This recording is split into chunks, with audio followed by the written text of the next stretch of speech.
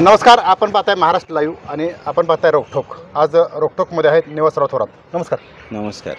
हिंदवी स्वराज्याची स्थापना करताना छत्रपती शिवाजी महाराजांनी खऱ्या अर्थानं ज्या मावळ्यांना सोबत घेतलं असा एक महत्त्वाचा मावळा म्हणजे सरसेनापती हंबीरराव मोहिते आणि त्यांच्याच भूमीमध्ये तळबीडमध्ये मी उभा आहे आणि त्यांच्या समाधीसमोरच आहे। मात्र या मावळ्यानं गेल्या 15 ते 20 दिवस अत्यंत मोठा संघर्ष केला आहे आणि त्यांचा शब्द ना शब्द हा तोंडातून नाही तर हृदयातून बाहेर पडतोय। सह्याद्रीची निवडणूक आहे, पुढचा अजेंडा काय दिसतो तुम्हाला? आज आम्ही सरसेनापती हंबीरराव मोहिते यांच्या समाधीस अभिवादन करून प्रचाराचा शुभारंभ आज तळबीड या गावातून केला। आमचा सह्याद्री सहकारी साखर कारखान्याचा पुढचा जो अजेंडा आहे आणि आमची जी भूमिका आहे की ह्या सह्याद्री सहकारी साखर कारखान्याच्या सभासदांना न्याय देण्यासाठी आम्ही आणि त्यांचं प्रश्न मार्गी लावण्यासाठी ही भूमिका गेले 3-4 महिने घेतलेली आहे। आम्ही गेले अनेक दिवस काम करत आहे, पण ही जी निवडणूक लढण्याची भूमिका आमची असं नव्हतं, फक्त लोकांना एकत्र करून त्या लोकांचं प्रश्न मार्गी लावण्याचं काम, त्यांना न्याय द्यायचं काम आमच्या हातून व्हावं अशी आमची अपेक्षा होती। सभासदांना न्याय देण्याचं काम केलं 21-22 साधारणतः, मात्र टार्गेटवर सह्याद्रीच्या राहिले ते थोरात साहेब। थोरात साहेब, काय नक्की झालं? काय असं काय झालं की गेले 3-4 महिन्यामध्ये जी मी ह्या आमच्या मावळ्यांना एकत्र घेऊन त्या ठिकाणी मान अपमान सहन करून जे लोक माझ्याबरोबर त्या ठिकाणी आली, सातत्याने सर्वसाधारण सभेमध्ये प्रश्न मांडतात आणि अशा लोकांना घेऊन मी ही भूमिका, जो वारस नोंदीचा विषय असेल सह्याद्री सहकारी साखर कारखान्याचा, त्याच्यानंतर 2221 सभासदांचा विषय असेल, असे मुद्दे घेत लोकांच्या समोर गेलो। लोकांच्या अडीअडचणी सभासदांच्या अडीअडचणीला न्याय द्यायचा मी भूमिका बजावत गेलो आणि त्यांना कुणाला वाटलं असेल की थोडंसं माझ्याभोवती थोडंसं तालुक्यातील लोकांचं सहानुभूती किंवा लोक माझ्याबरोबर चाललेले आहेत आणि मी जी भूमिका सभासदांच्या हक्कासाठी घेतोय, त्यांच्या आज न्याय हक्कासाठी लढतोय, ह्याच्यातून कुठंतरी मला थोडंसं बाजूला करण्याचा प्रयत्न काही लोकांनी केला आणि आजपर्यंत, कालपर्यंत किंवा उद्यापर्यंतसुद्धा चालू आहे।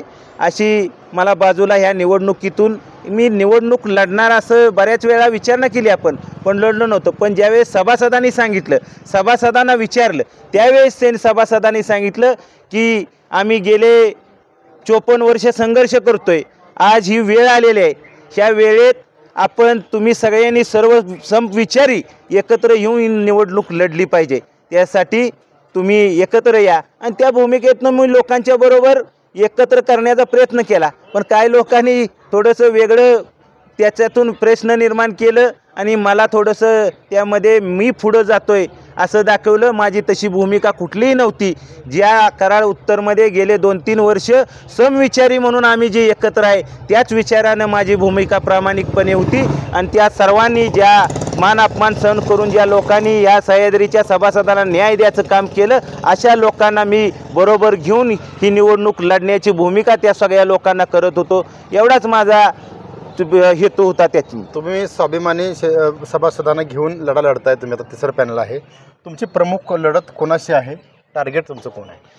आमची प्रमुख लढत जे विद्यमान चेअरमन आहेत PD पाटील पॅनेलचे प्रमुख माझे आमदार बाळासाहेब पाटील यांच्याशीच आहे।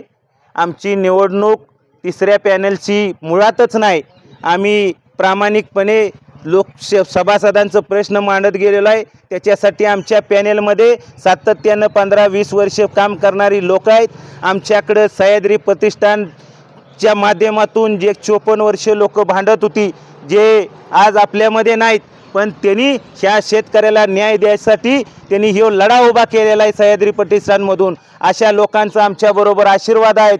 आज त्या ठिकाणी भिकुनाना केवळकर असतील, सोरेकर असतील, आबासाहेब पार्लेकर असतील, माधवराव जाधव असतील, त्याचबरोबर स्वर्गीय आनंदराव आप्पा असतील, स्वर्गीय हिंदूराव चव्हाण असतील, स्वर्गीय त्या ठिकाणी विठ्ठल ताते असतील, अशा सर्वांच्या कुटुंबातले लोक आमच्याबरोबर आहेत। त्यांचा आशीर्वाद आमच्याबरोबर आहेत आणि त्या भूमिकेनं आम्ही एकत्र येऊन त्या सभासदांना न्याय देण्यासाठी ही निवडणूक लढण्याची भूमिका घेतलेली आहे। 2 ते 3 दिवसापासून काँग्रेसचा एका गटाचा मेळावा झाला। पृथ्वीराज चव्हाण यांच्यासमोर सुद्धा मोठा प्रश्न असेल, आता करायचं काय? नक्की क्लॅरिफिकेशन काय तुमचं? मी गेल्या 3 महिन्यापूर्वी ज्यावेळेस वारस नोंदीची जे निवेदन देणार होतो 2221 लोकांचं निवेदन देणार होतो, त्याच्या अगोदर मी बाबांच्या बरोबर मुंबईमध्ये 5 तास ह्या निवडणुकीच्या नाही सह्याद्रीच्या कामकाजाबाबत त्यांच्याबरोबर चर्चा केली. या सह्याद्रीच्या कामकाजाबाबत मला अनेक वेळा बाबा त्या ठिकाणी सांगत होते की बोललं पाहिजे, लोकांच्या ज्या अडचणी आहेत त्या मांडल्या पाहिजेस तू तिथं जाऊन. पण काय कारणास्तव मला त्या ठिकाणी जाता येत नव्हतं. मी आज 2013 पासून सभासद होतो. मी प्रत्येक जनरल सभेला त्या ठिकाणी जाऊन आमचे भरतदादा असतील, वसंत पाटील असतील, उमरतचे विश्वासराव जाधव असतील, त्या ठिकाणी आमचे आनंदराव थोरात नडशीचे असतील, अशा लोकांच्या पाठीमागं उभा राहून त्यांना मदत करण्याचं काम मी करत होतो. आणि ह्या भूमिका मी बाबांना मांडल्या. बाबांनी मला त्या ठिकाणी सांगितलं की मी 97ची निवडणूक कशी लढली आणि कशा पद्धतीनं ह्या 5 तालुक्याचं कार्यक्षेत्र आहे. अतिशय मी कष्ट केलं, पण मला थोडक्यात त्या ठिकाणी लोकांनी साथ केली नाही, यश आलं नाही. आज त्या भूमिकेतनं मी सांगतो तुम्हाला ठाम भूमिकेनं, परवा जो मेळावा झाला त्यामध्ये कुठली दिशा ठरलेली नव्हती, बेदिशा. म्हणजे त्या ठिकाणी त्या मेळाव्याला कुठलंच दिशा नव्हती. लोक वेगळ्या भूमिकेतनं त्या ठिकाणी बोलिवली.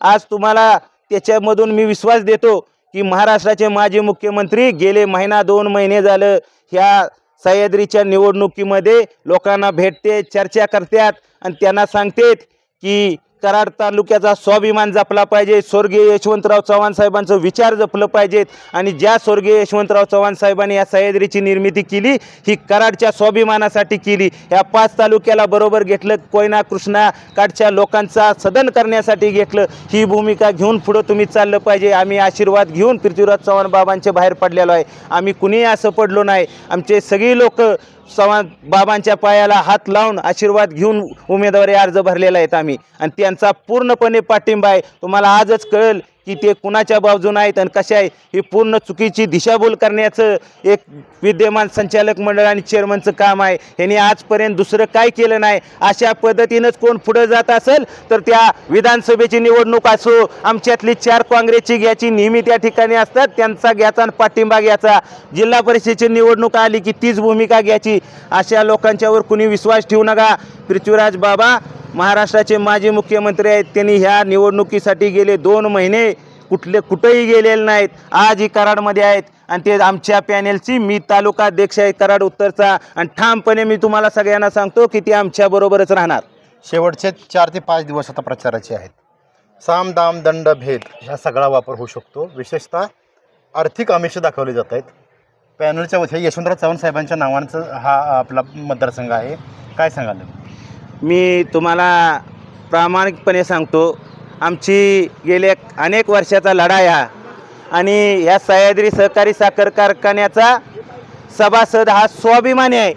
कुणाच्याही आमिषाला बळी पडणार नाही. आणि जे आम्ही काम केलेलं आहे गेले 5-10 वर्ष, या आज भरत विठ्ठल चव्हाण असतील त्या ठिकाणी अशा त्यांच्यासारख्या अनेक लोकांनी त्या ठिकाणी 99 रुपयाचं बिल देण्यासाठी अनेक पाठपुरावा केला आणि त्या ठिकाणी विद्यमान चेअरमनना 18 कोटी रुपयाचं बिल त्या ठिकाणी द्यावं लागलं. आमचं काम बोलतंय, आम्ही कामाशी निगडीत आहे, सभासदांचा न्याय देण्यासाठी आहे. कुणी 2 महिन्यात आम्ही येऊन कारखान्याची निवडणूक लढायला आलो नाही. आम्हाला विश्वास आहे कराड तालुक्याच्या सभासदां सह्याद्रीच्या सभासदाव 5 तालुक्यातल्या ते जे न्याय हक्कासाठी लढतील आणि स्वाभिमानी परिवर्तन पॅनेल आमचं आहे त्या परिवर्तन पॅनेलवरती विश्वास ठेवतील. कुणाच्याही भूलथापेला आणि आमिषाला बळी न पडता आमच्या पाठीमागं ठामपणे राहतील ती, अशी आम्हाला सार्थ अभिमान आहे त्यांचा. आणि स्वर्गीय यशवंतराव चव्हाण साहेबांचा ह्या जिल्ह्याचा आणि तालुक्याचा स्वाभिमान जपणार आहेत. त्याची मला ग्वाही आहे त्यांच्या वतीनं की 100% ते आमच्या पाठीमागं ठामपणे राहणार. खरं तर हे होते निवासराव थोरात, स्वाभिमानी सभासदांच्या उन्नतीसाठी, प्रगतीसाठी आणि स्वाभिमान कराड तालुक्यातल्या आणि 5 तालुक्यातल्या सह्याद्रीच्या सभासदांच्या स्वाभिमानासाठीचा हा लढा यशस्वी करून दाखवणारच असा विश्वास निवासराव थोरात यांनी व्यक्त केलेला आहे. तर तुम्ही आमच्याशी बोललात, धन्यवाद.